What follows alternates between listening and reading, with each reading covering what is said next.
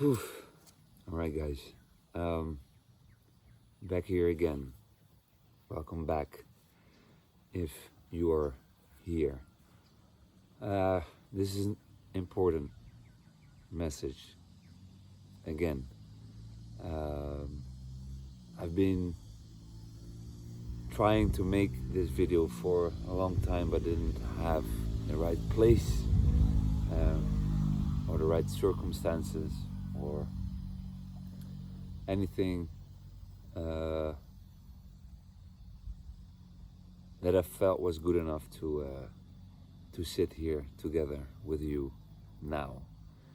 And I'm happy to receive comments, and I'm so happy that some of you guys do. I got some comments about sound, noise. Yes, I know. This is the Philippines. It's maybe a bit different, but there is noise, and I make these videos on the spot. I make these videos when guided. Like now, I know I need to speak. It's not a perfect moment. I had a late night last night with also some friends. Sometimes it's important to have some healthy distractions and enjoy yourself. And I could wait for the perfect circumstances, but I cannot. I'm guided to make this video right now. Sound, yes. The first thing I will do is to try to get a microphone once I can. But at least now I'm in a more quiet spot, surrounded by the mountains. Yes, there will be some traffic in the back. Sorry for that, but it's just the way it is. And then secondly, I also received a comment about, and I needed to Google the meaning of platitude. That's apparently when a message comes repetitive and maybe boring. And well, for that person it might be, but then yeah, you can also choose to not watch. But I do this because narcissistic abuse, and better said, psychological, emotional, mental abuse is so extremely hard to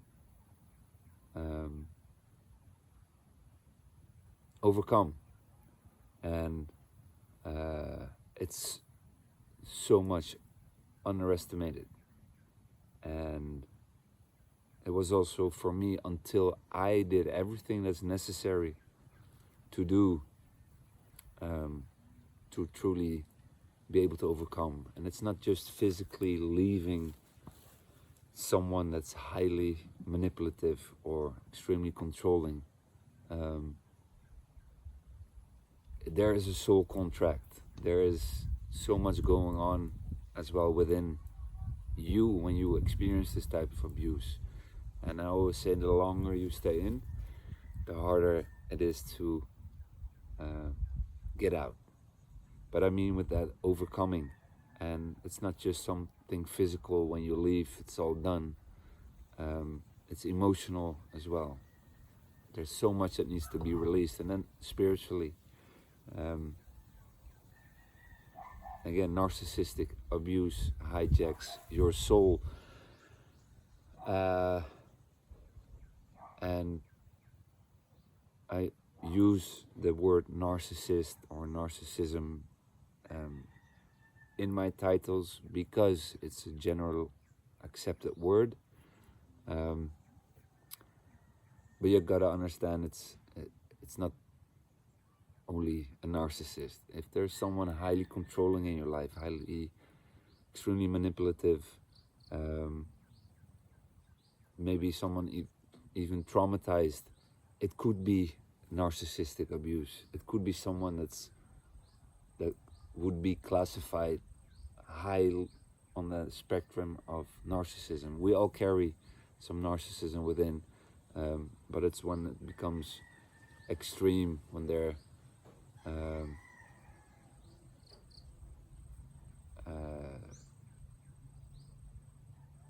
again, look it up. You can Google it. When someone is high on that scale, or classified or diagnosed with it, yeah, you could have your evidence. But it's not about that. It's not about you going on YouTube forever, for years, to figure that out. It's actually pretty easy to define. And it could also be someone that has different issues. It could be someone that's bipolar, or has a borderline personality disorder. There's so many things, and it could be a person can have a combination of these things as well. I'm trying to say that there's so many ways to stay stuck within an abusive relationship or toxic relationship, and that could be your partner, your boss, a friend, but could also be family members. And it's more often than we think that it happens, and it occurs within family. And the problem within that part is that family is always, has something also religious. You need to always stick around. It's your blood, this and that, and you feel obliged to, for instance, stay while there are many situations and cases that you actually need to leave. Again, this type of abuse, call it psychological, emotional, mental abuse, could be narcissistic abuse, is so, I'm gonna repeat the word that actually my friend talks about online, is notorious to overcome. And he stated that correctly. Again, it's not just physically leaving. There is an active programming that needs to be deprogrammed. It sounds robotic, but it's true. There's a shared fantasy involved when you're dealing with someone like this, that needs to be shattered, and then as well a trauma bond that's been reinforced over a long period of time. And with this type of abuse, literally you cannot really think straight. You cannot really know anymore what's right and wrong, what's up and down,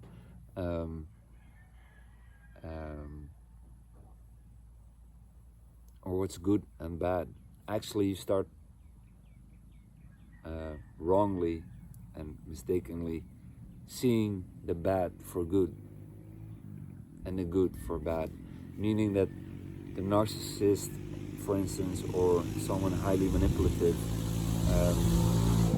sorry for that noise, it's Philippines. We don't have rules here that you need to minimize your volume or this or that. It's different, but it's also beautiful. What I wanted to say is that someone highly manipulative, controlling, such as a narcissist, they project their values onto you, and as well all the projected shame and guilt and how they make you feel, and you doubting yourself because of the trauma bond they reinforce, which is basically very easy and simple. It's about making you feel amazing. For instance, in the beginning, if it's your partner or your girlfriend, your boyfriend, in the beginning they will make you feel amazing. They will make you feel the most special person in this world. They will treat you like royalty, Um, but after a while, it changes, and then they start devaluing you, and they've studied you long enough to know what makes you feel great and what makes you feel shit. They study your vulnerabilities, not to learn how to help you, but how to, when they want to, put you in a state where you're gonna be like stressed, unhappy, and they use that. And in the moments that they feel they need to build up control again, they will devalue you, and they will shame you in front of others. They will use those vulnerabilities, if you shared any, against you. It could be just a note talking about that vulnerability in a way that you're like, wow, um, why are you actually bringing it up? And um,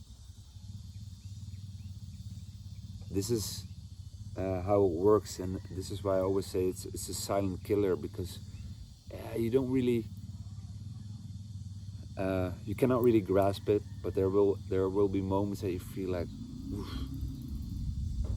that hurts, and um, it's deliberate, and they do this on purpose. But over time, over a longer period of time, it will make you feel, make you, will make you insecure. You doubt yourself more. Um,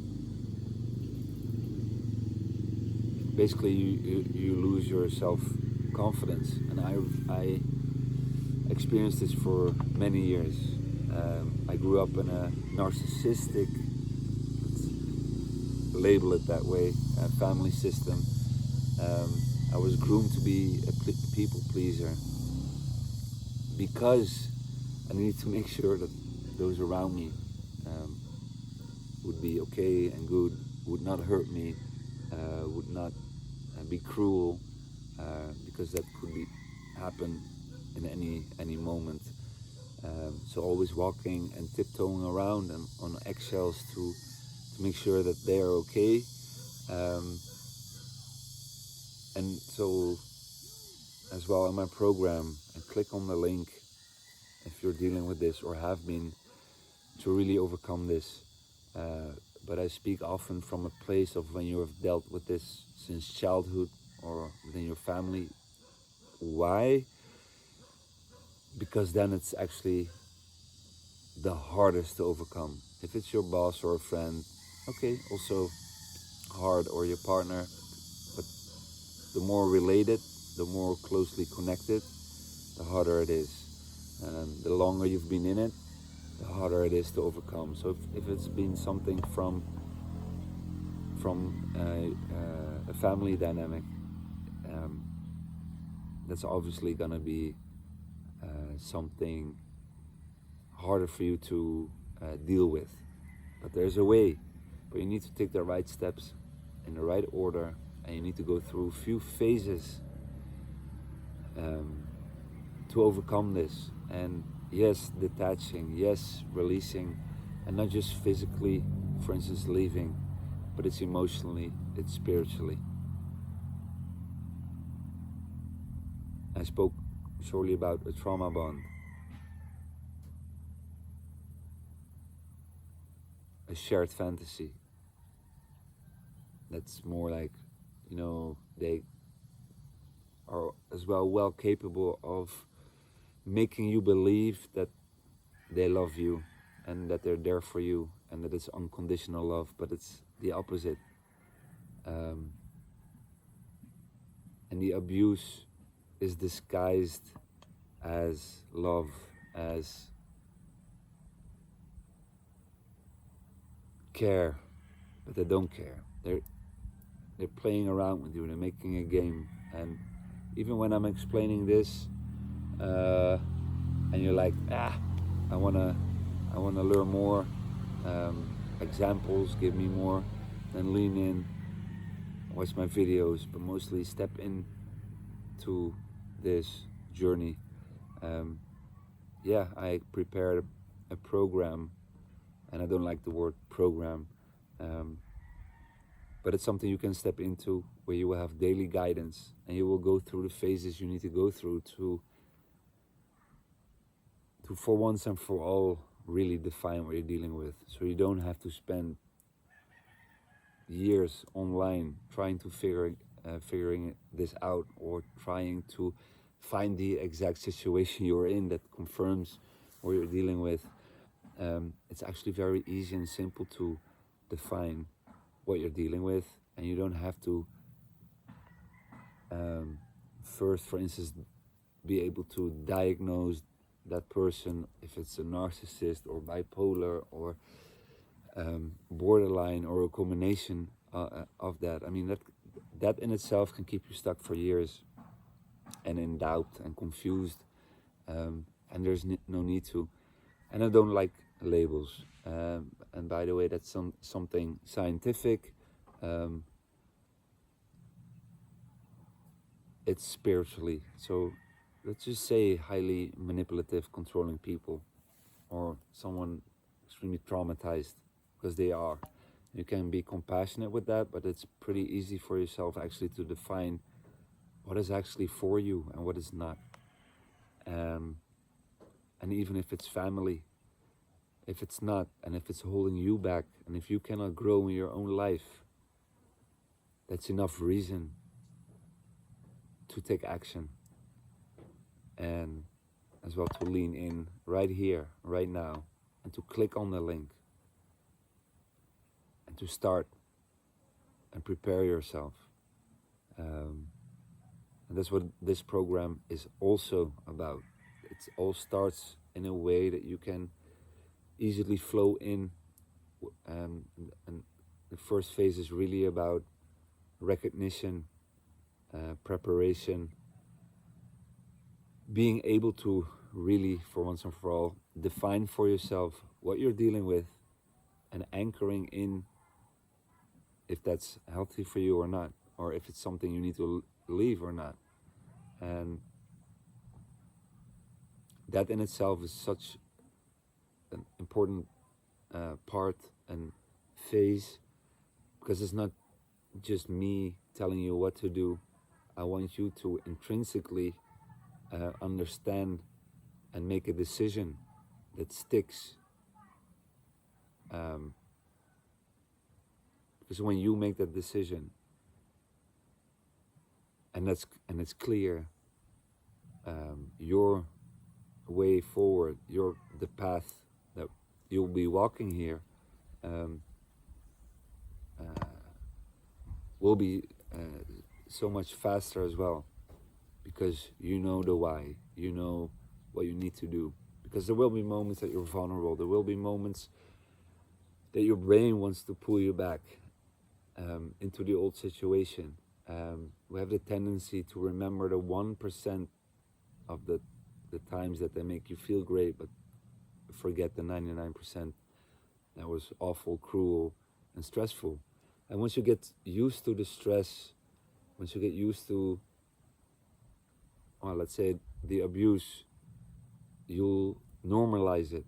And again, speaking from a place when you've been dealing with this since childhood, when it's within your family, this programming obviously is more or deeper.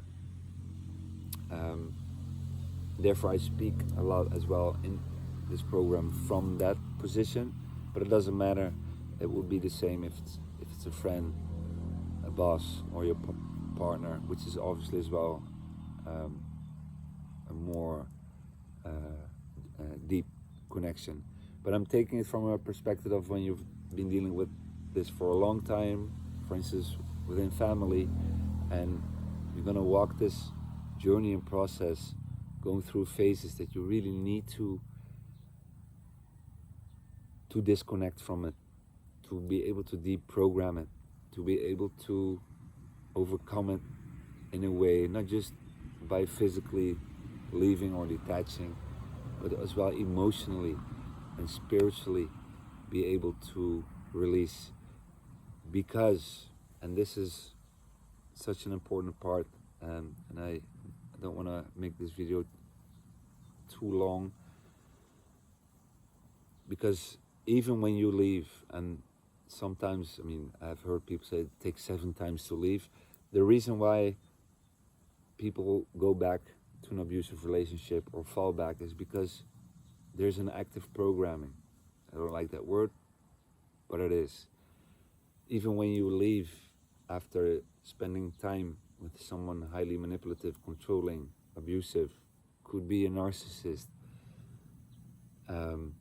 there's so much active within that even after leaving, and it could be years if you have not gone through this process of shattering that as well, is that this programming will still actually make you, for instance, make decisions that are not really yours, but it's actually the voice of that manipulative, controlling, for instance, narcissistic individual in your life. And it's going to be very important, and this is what you will learn along the way on this journey, is to discern between what is really divine guidance for me and what is, well, what I would say more like a spiritual attack, and actually not me, or it's the voice of that toxic parent or that manipulative or narcissistic parent or partner that you've been dealing with for many years. And that takes some time, and this is why in the second phase of this program, the detachment phase, this will be handled as well. You'll be guided every day to stay on track, to recognize these things. And yes, there will be repetition. Again, someone commented here on YouTube something about platitude. Yeah, maybe I am repetitive, but it's because this type of abuse is so much underestimated, and it's hard to find the right support and the right guidance. And even when you think, I I understand now, I leave, I'm done, there's so many ways you can remain stuck with unresolved emotions. That could be anger, sadness, remorse, depression, and many remain in that state, and then still you're half living, not truly stepping into your authentic, empowered, divine life. And that's why I'm here. That's why I'm here, not to only get you through and past and overcome this type of abuse, but it's about secondly and stepping into your authentic life. Why authentic?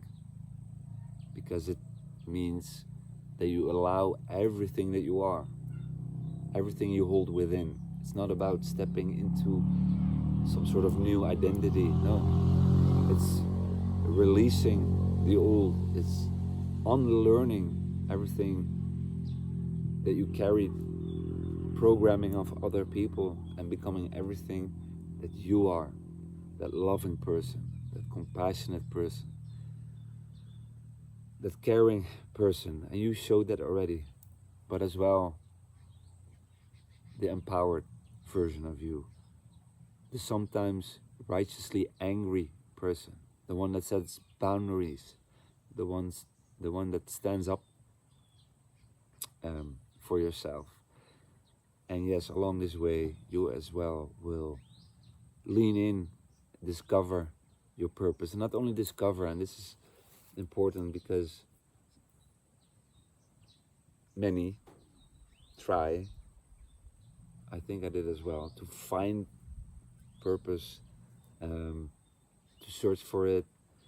And that's good, but if you do that too early when you're dealing with this type of abuse, yeah, you might sense it, but you're not gonna really act on it. And for me as well, I needed to go through these phases to, in my own moments, when I detached and when I was doing my, well, let's say, healing in solitude, alone, spend many much time alone, which is so powerful when you start doing it and you notice it works, you get your energy back, you want to do more of that. And it's not about forever staying alone, it's to prepare yourself to transform within. And it's a lot, it's been in those moments, and that time that I leaned into also more personal development, world leaders, in personal development that guided me as well, into finding my purpose and acting on it. Me making this video 10 years ago, that was far out of my scope. Something I might think about, but it was like, nah,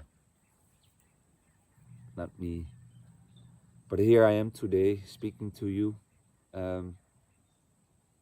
doing this. And there was a moment in time that I started making the videos, but never posted it because I would be shy, not confident enough.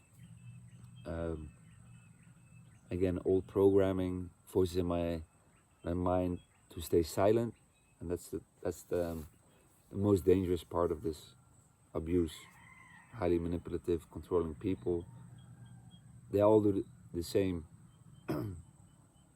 They're so afraid of the truth that they'll do everything to keep you silent. And it's easier when you're still within the relationship or together. But once you, for instance, step up or pick up on it, and they sense that, or when you try to leave, that abuse will intensify. You'll become the most disrespectful person in the world. Well, in the beginning, they might try to change back again to this loving, caring, good person that they showed you to be in the beginning, to make you stay. And if that doesn't work, they're gonna shame you, guilt you for stepping up or leaving. And if that doesn't work and you truly move on, so I'm gonna take a bit of water.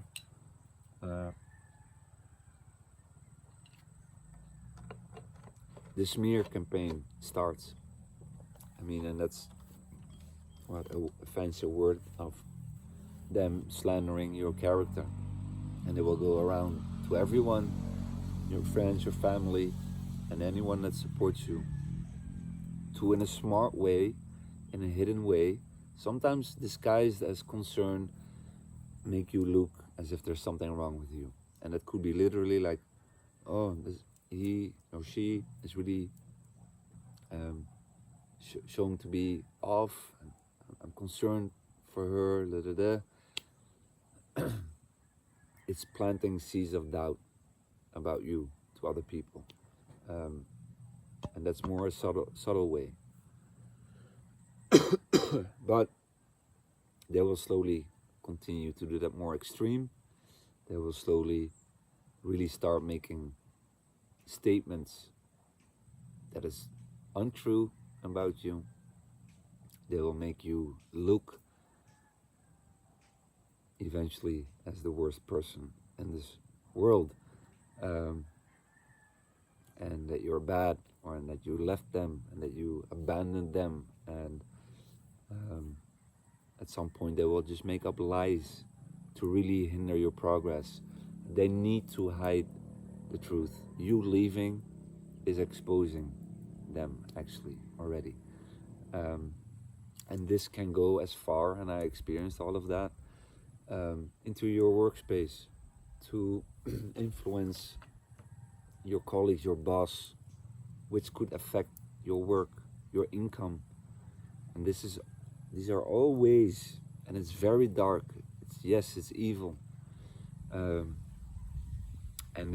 that held me stuck for a long time in frustration and anger. I was like, why can't these people just leave me alone? Why, after all these years of their abuse, can't they recognize the stuff they do, and just leave me alone? Unfortunately, they cannot, because they need to hide the truth,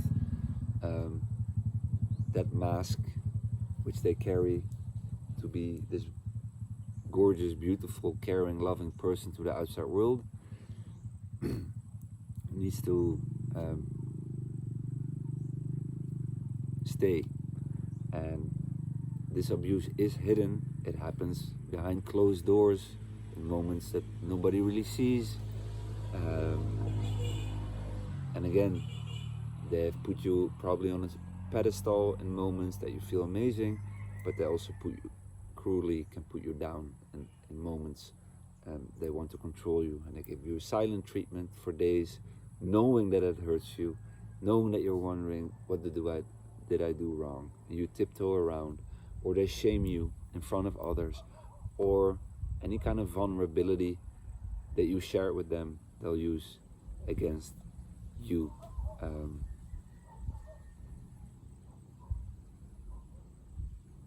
And that's sounds all not that bad, but slowly over time, it takes away your confidence. Your self-doubt will go through the roof, and therefore I say it's a silent killer. It's like being the frog in the pan. You're in there, the heat is turned on, and it slowly becomes hotter and hotter, and you're kind of comfortable within, but actually you also know you need to get out. But you also at the same time are so drained and becoming more drained every day that it eventually becomes too hard to jump out, and at one point it will be too late. At one point you cannot anymore. There are people that get seriously ill because of this type of abuse. The stress on your nervous system, your mind, and this is what I mean with it's so much underestimated. It's even if you think you know, even if you think you can handle, there are so many angles that you can skip and miss out on, that even if you decide to leave and you actually successfully leave physically, you're going to remain stuck with unresolved emotions, or by not executing your exit in the right way. And that, for instance, this abusive person or people, family members, will be able to pull you back in. Because if you leave anything unchecked, that toxic influence will come in. They always find a way. By pretending to be the loving, caring, good person again. If that doesn't work, they're going to shame and guilt you so much that you feel so bad about yourself that you will try again. Maybe this time it will be different, but it won't. You can fix them. That doesn't change. The only thing that will happen is that, yeah, maybe in the beginning they will seem nice, but they thought about it. They're gonna do the same abuse, but in a more hidden way, in a more devious way. So it's gonna be harder for you to leave the next time. And it will prepare everyone around to see them as this amazing person. And you returning, well, that's what they want. That's what they set the stage for. When you left, they pretended to be sad and like, I don't understand, I was wrong with this person, why did this person leave? And they will tell lies about you to make you seem like the worst person in this world. They will make up stuff, but once you return to them, they will be able to show to everyone, look, after everything they've done, and after leaving and abandoning me, or after everything they've done, the lies they made about you, he or she is now coming back, and I'm allowing him, her back in. Look how great I am. Don't fall into that, because it will become much harder to, I'd say, escape or get out or free yourself the next time. And I think I'm gonna end this video right here, right now. It's been 34 minutes. I can speak for hours, and yes, I will be here every single day repeating. Anyone calls that platitude, okay.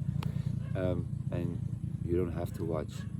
But you need the repetition, and this needs to anchor in, because again, it's underestimated, and that's even an understatement. It's, again, this type of abuse is notorious, and it's notorious to recover from it. Physically leaving is not enough. There's so much active within, and things that will happen around you as well, what these toxic, abusive individuals will do. But as well, really the active programming within, the trauma bond, the shared fantasy, the super ego, and everything will be handled within this journey. I prepared it in the past 2 years. It's ready for you to join and step into right now. I don't know how long it will exactly take you, but curriculum, it sounds so robotic, fancy, would be around 4 months if you spend 30 minutes a day. And the most important thing is that you do step in for 30 minutes a day. If you can do a bit more, 45 or an hour, amazing, but don't overwhelm yourself, because then you're not gonna really digest what you need to digest. The sessions are built to prepare you every time for the next one, with the right steps, in the right order, with the guidance you need, as well emotionally and spiritually, to be ready, to be prepared, to make decisions, to make the steps that you need to take, that will be handled, to, once you really define or deal with, to be able to detach with clarity and confidence that you're doing the right thing, and then being able to continue as well in your moments of weakness. Then you don't feel like it, that you remain on track to do this one time right, properly, and without skipping steps. Because when you skip steps, you're actually going to slow yourself down or keep yourself stuck. So if you would, for instance, speed up or try to speed up by binge watching, or by wanting to do many things, or already continue to a phase that you're not ready for, or by skipping sessions, you're not gonna get the results you want. And then you might get, well, how do I say that, discouraged, and you'll feel like, oh shit, it's still not working, or you're gonna perhaps blame the program, or that's not effective, or you're gonna tell yourself the old story, you see, it's not meant for me to be happy, to live my divine life. No, you just skipped some steps, or you went too fast, and you need to go back